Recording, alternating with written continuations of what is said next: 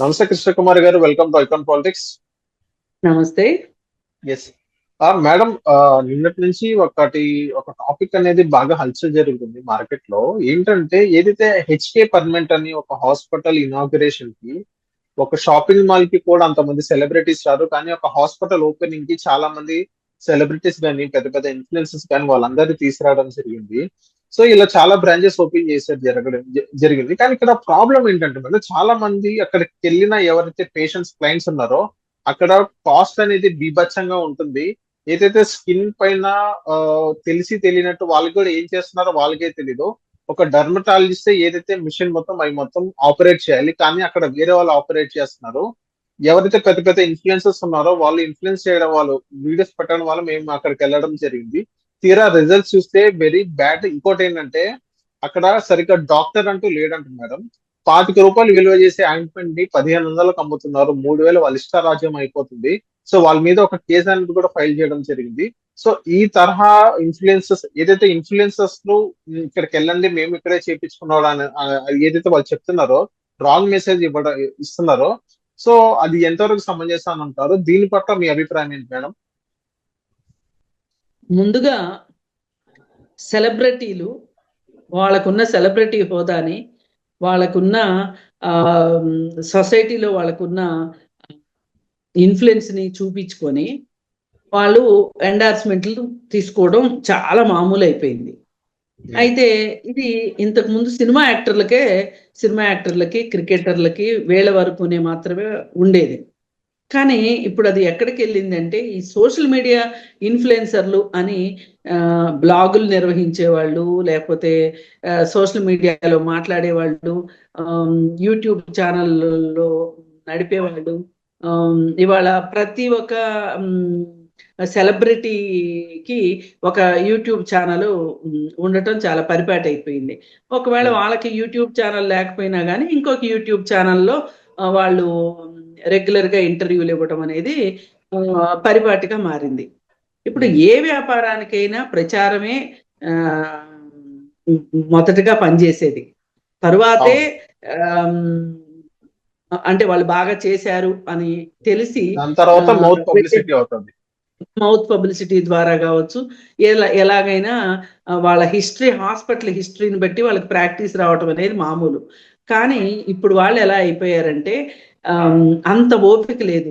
ఇప్పుడు ప్రపంచం అంతా ఇన్స్టంట్ అనే ఒక పదం చుట్టూ పరుగులు పెడుతోంది కదా. వీళ్ళకి ఏంటంటే ఇన్స్టంట్ గా ఇమ్మీడియట్ గా మాకు డబ్బులు రావటం ఎట్లా, డబ్బులు సంపాదించడం ఎట్లా అనే ఒక ఉద్దేశంలోనే వాళ్ళు ఒక రకంగా కొట్టుమిట్టాడుతున్నారనే చెప్పొచ్చు. ఈ ప్రచారం ఏదైతే ఉందో ఈ ప్రచారాన్ని ఏమైనా సరే, ఎలాగైనా సరే మనము డబ్బు సంపాదించడానికి ఈ ప్రచారంలో అబద్ధాలు ఉండొచ్చు. ఇప్పుడు ఏ యాడ్లోనైనా అబద్ధాలు లేని యాడ్లు అంటే కొంచెం నిజం ఉంటే దాన్ని ఎగ్జాగరేట్ చేసి చెప్పటం అనేది చాలా మామూలైన విషయం. అయితే వీళ్ళు దాన్ని ఇంకా ఎక్కడికో తీసుకెళ్ళిపోయారనమాట. ఈ ఎక్కడికో తీసుకెళ్ళిపోయిన వాళ్ళల్లో మరింత ఎక్కువగా ఈ సోషల్ మీడియా ఇన్ఫ్లుయెన్సర్స్ ఉన్నారు. వీళ్ళు ఈ సోషల్ మీడియా ఇన్ఫ్లుయెన్సర్లు చెయ్యని చెత్త లేదు, చెయ్యని నేరం కూడా లేదు అని అనిపించేలాగా తయారయ్యారు. ఇది వీళ్ళని అసలు క్షమించకూడదు అనిపిస్తుంది. వీళ్ళు ఎక్కడి దాకా వెళ్తున్నారు? ఈ బెట్టింగ్ యాప్లు ప్రమోషన్ చేసే దగ్గర నుంచి, లేకపోతే బట్టల షాపులు ఓపెనింగ్ల దగ్గర నుంచి, హోటల్ ఓపెనింగ్ల దగ్గర నుంచి, అసలు వాళ్ళు చెయ్యందంటూ లేదు.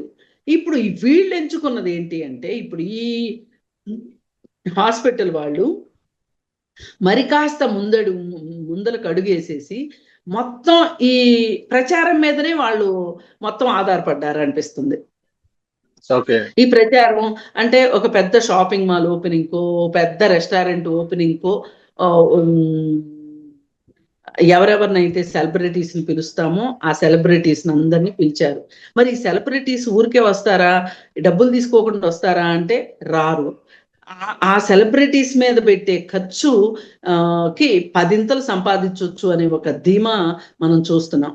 ఈ మధ్య ఎవరో ఒక బట్టల షాప్ ఓపెన్ చేశారు, ఒక జంట, వకుళ శారీస్. వాళ్ళు అంతే, ఎంతమంది ఇన్ఫ్లుయెన్సర్ని పిలిచారు. అంతకుముందు కూడా బాలకృష్ణ ఒక బట్టల షాప్, వారాహి అనే బట్టల షాపు. అసలు ఇదివరకు షాప్ ఓపెనింగ్ అంటే ఇంతటి హడావుడి ఉండేది కదా, ఎవరో ఒక్క సెలబ్రిటీని పిలిచేవాళ్ళు అంతే. అలాంటిది ఇప్పుడు సెలబ్రిటీలకి పని ఇవ్వడం కోసమే వీళ్ళు, అంటే వాళ్ళకి డబ్బులు ఇవ్వడం కోసం వీళ్ళు షాపులు ఓపెన్ చేస్తున్నారా అనేటట్లు తయారైపోయారు. అంటే పావలా కోడికి ముప్పావలా మసాలా వేసినట్టు అనమాట, అలా చేస్తున్నారు. సరే, వాళ్ళు ఏమన్నా చేసుకోనివ్వండి. దీనివల్ల ప్రజలకు నష్టం ఏంటి అనేది మనం ముందుగా మాట్లాడుకోవాలి. ఇవాళ ఇది ఈ డెర్మటాలజీ అనేది ఒక పెద్ద వ్యాపారం. ఒకప్పుడు అసలు డెర్మటాలజీ కోర్సు తీసుకునేవాటానికి పెద్దగా ఇష్టం చూపించేవాళ్ళు కాదు. అట్లాంటిది ఇప్పుడు డెర్మటాలజీకి విపరీతమైన డిమాండ్. ఎంత డిమాండ్ అంటే, ఒకప్పుడు రేడియాలజిస్ట్కి ఎట్లా అయితే డిమాండ్ ఉందో, ఇప్పుడు అంటే ఈ టెస్టులు చేసి డాక్టర్లు అనమాట, వాళ్ళకు ఉండే డిమాండ్ ఇప్పుడు డెర్మటాలజిస్టులకు వచ్చేసింది. ఏంటి అంటే ఎక్కువనే వచ్చిందని చెప్పొచ్చు. అయితే ఇవాళ ప్రతి ఒక్కరికి అందం మీద కాంక్ష పెరిగింది. తాము అందంగా ఉండాలి, మేక్ ఓవర్ మీద చాలా చాలా కాంక్ష పెరిగింది. నిన్న మొన్న ఎక్కడో ఒక జోక్ చూశాను నేను. ఏంటి అంటే, పెళ్లికి వెళ్తే పెళ్లిలో పెళ్లి కూతురు ఎవరు, పెళ్లి కూతురు తల్లి ఎవరు, పెళ్లి కూతురు పిన్ని ఎవరు, పెళ్లి కూతురు మేనత్ ఎవరు అని ఆలోచించాల్సిన పరిస్థితిలో మేకప్లు ఎక్కువైపోయినాయి. అంటే ఇదివరకు పెళ్లి కూతురు అంటే ఆ అమ్మాయి ఒక్కటే విలక్షణంగా కనిపించేది, అంటే కాస్త ముస్తాబు ఎక్కువ చేసి ఆ పెళ్లి కూతురు అన్నట్లుగా. ఇప్పుడు అలా లేదు. అంటే ఇది ఎందుకు చెప్పాల్సి వస్తుందంటే, ఈ బ్రైడల్ మేకప్ దగ్గర నుంచి మొదలెట్టి ఏ చిన్న ఫంక్షన్ జరిగినా మేకప్ మెన్ లేకోకుండా జరగట్లేదు.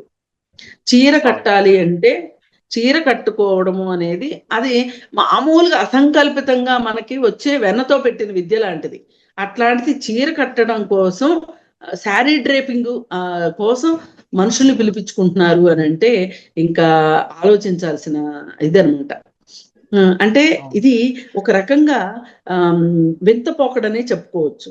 సరే, శారీ డ్రేపింగ్ సంగతి పక్కన పెడితే, హెయిర్ స్టైల్ దగ్గర నుంచి, స్కిన్ గ్లోయింగ్ దగ్గర నుంచి, ముడతలు తగ్గిస్తాననే దగ్గర నుంచి, మిమ్మల్ని అసలు ముసలోళ్ళుగా అవనివ్వమని చెప్పే దగ్గర నుంచి, మ్యాక్సిమం ఒకప్పుడు ఏదైనా ఒక సౌందర్య సాధనం ఏదన్నా ఉంది ఒకటి అంటే హెయిర్ డై ఒక్కటే ఉండేది.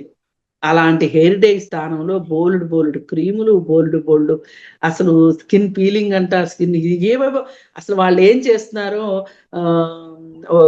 ఒక సినిమాలో, జగపతిబాబు సౌందర్య ఉన్న సినిమాలో, సినిమా పేరు గుర్తు రావట్లేదు, ఆ సినిమాలో హీరోయిన్ చెప్తుంది అనమాట, ఏముంది బ్యూటీ పార్లర్కి వెళ్ళాను, వాళ్ళు ఇలా చేశారు, అలా చేశారు, అలా చేశారు, ఇలా చేశారు, నన్ను ఇలా తయారు చేసి పంపించారు. మరి నేను ఇలా తయారయ్యాను అంటే ఇంట్లో పనులు చేయడానికి ఎలా కుదురుతుంది? ఇంకా కుదరదు కదా. అందుకని చెప్పి ఇప్పుడు మా ఇంట్లో ఒక పని ఉంది, ఆమె చూసుకుంటది అంతా అని చాలా చమత్కారంగా ఆ పాత్ర చేత చెప్పించారనమాట బ్యూటీ పార్లర్ల గురించి. అంటే అర్థం చేసుకోండి, మామూలు మనుషులు ఇంతంత మేకప్లు వేసుకోవటం అనేది మామూలుగా జరగదు. ఇది ఏదో కొంతమంది కావాలని చేసుకునేదే ఇదంతా. ఇవన్నీ పై మెరుగులు అని చెప్పదలుచుకున్నారు వాళ్ళు. నేను కూడా అదే చెప్తాను. ఇవాళ అవసరం ఉన్నా అవసరం లేకపోయినా మేకప్లు వేసుకుని, ఇవాళ అవసరం ఉన్నా అవసరం లేకపోయినా ఒక కాస్మెటిక్స్ కి ఎక్స్పోజ్ అయిపోయి మన సహజ సౌందర్యాన్ని మనం కోల్పోతున్నాం. దీనికి దాని కాస్ట్ ఏంటి అంటే, అక్కడికంటూ వెళ్ళిన తర్వాత, ఇందాక మీరు చెప్పారు ఒక క్రీమ్ ఖరీదు గురించి చెప్పారు, ఇంకా అక్కడికి వెళ్ళిన తర్వాత మనం ఇది అది అని అనటానికి లేదు, కట్టవలసిందే. అసలు అవును. కనీసం ఒక్కరైనా ఇది ఇంత చేస్తదా అని ఆలోచించట్లేదు. అది అది బట్ ఎఫర్ట్ చేయగలిగిన వాళ్ళ, చేయలేని వాళ్ళ అనేది లేదు. ఎవ్వరికి తగ్గది గంటకు తగ్గ బొంతలన్నట్లు ఇవాళ చిన్న చిన్న బస్తీల్లో కూడా బ్యూటీ పార్లర్‌లు వచ్చేసిన పరిస్థితొచ్చింది. అవును. ఇదంతా ఒక రకంగా మన జీవితాల్లో సినిమా కల్చర్ అనేవాళ్ళు ఇంతకుముందు. ఇది సినిమా కల్చర్‌ని దాటిపోయి సోషల్ మీడియా కల్చర్ అయిపోయింది. ఇవాళ ఈ స్మార్ట్ ఫోన్ వచ్చిన దరిద్రంలో ఈ స్మార్ట్ ఫోన్‌లో చిన్న చిన్న రీల్స్ చేయటం కావచ్చు. అవి చాలా పేద కుటుంబాల నుంచి కూడా మేకప్‌లు వాళ్ళకి వాళ్ళు మేకప్‌లేసుకొని ఆన్‌లైన్‌లో బట్టలు తెప్పించుకొని అవేసుకొని రీల్స్ చేసి, షార్ట్స్ తీసి సోషల్ మీడియాలో పెడుతున్నారు. అవును. అవసరం ఉన్నా లేకపోయినా అందానికి అధికమైన ప్రాధాన్యత ఇస్తున్నారు. ఇప్పుడు అవును. ఆహ్, మనం ఒక క్రీమ్ కొనుక్కుంటే ఎన్ని డబ్బులవుతది? అదే క్రీము మనం మొహానికి పూసుకోవటం గాకుండా, మనం తిండి తింటే మనకి సహజ సౌందర్యం ఎలా వస్తది? అనే దాని మీద అసలు ఒక క్లారిటీ లేకోకోకుండా మనుషులు ఈ మాయలో పడిపోతున్నారనమాట. అవును. మేడం కానీ ఇది ఇక్కడ ఇది సెలబ్రిటీస్ కానీ, ఇన్‌ఫ్లుయెన్సర్స్ కానీ అంటే ఇన్‌ఫ్లుయెన్సర్స్ అంటే నేను ఈ చిన్న వాళ్ళ గురించి చెప్పట్లేదు.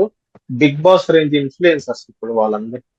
సో వాళ్ళు ఏది చెప్తే వాళ్ళని చాలా మంది కొన్ని లక్షల మంది వాళ్ళని వేక్షిస్తారు. వాళ్ళు ఏదైతే వాళ్ళ ఫ్యాన్స్ కి ఏదైతే వాళ్ళు చెప్పబోతున్నారో అది మంచా చెడా అని ఆలోచించకుండా బ్లైండ్ గా పోతే మీరు పోండి నా డబ్బు నాకొస్తే చాలు అనే విధంగా అంతే. వాళ్ళందరూ అంతే. తయారయ్యారంటే వాళ్ళని ఇప్పుడు ఏం చేయాలంటారు మేడం? నాకైతే దానికి లేదు. దీన్ని కన్స్యూమర్ ప్రొటెక్షన్ దీని కిందకి తీసుకురావాలండి దీన్ని. ఎడాపెడా ఎవరు పడితే వాళ్ళు ఇలా హాస్పిటల్‌లో సరైన డాక్టర్లు గూడా లేకుండా హాస్పిటల్స్ ఓపెన్ జేయటాలు, ఈ హాస్పిటల్ ఇంత ఆర్భాటంగా ఓపెన్ చేసి ఆహ్, వీళ్ళు కేవలం ప్రచారం మీదనే ఆధారపడి ఇంత చేయడం వెనకమాల కుట్రేంటి అనేది బయటికి తీసుకురావాలి.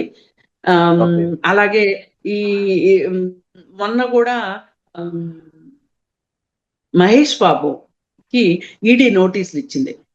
అవును. సాయి సూర్య డెవలపర్స్, సురానా డెవలపర్స్ వాళ్ళకి ఆయన అడ్వర్టైజ్‌మెంట్ ఇచ్చినందుకు గాను, దానిలో సేవలు సరిగ్గా లేనందుకు గాను ఆహ్, హ్మ్. ఈయనకిచ్చిన డబ్బులకి సంబంధించి గాని, ఏది ఏమైనా సరే ఒక కేసయితే నమోదయింది.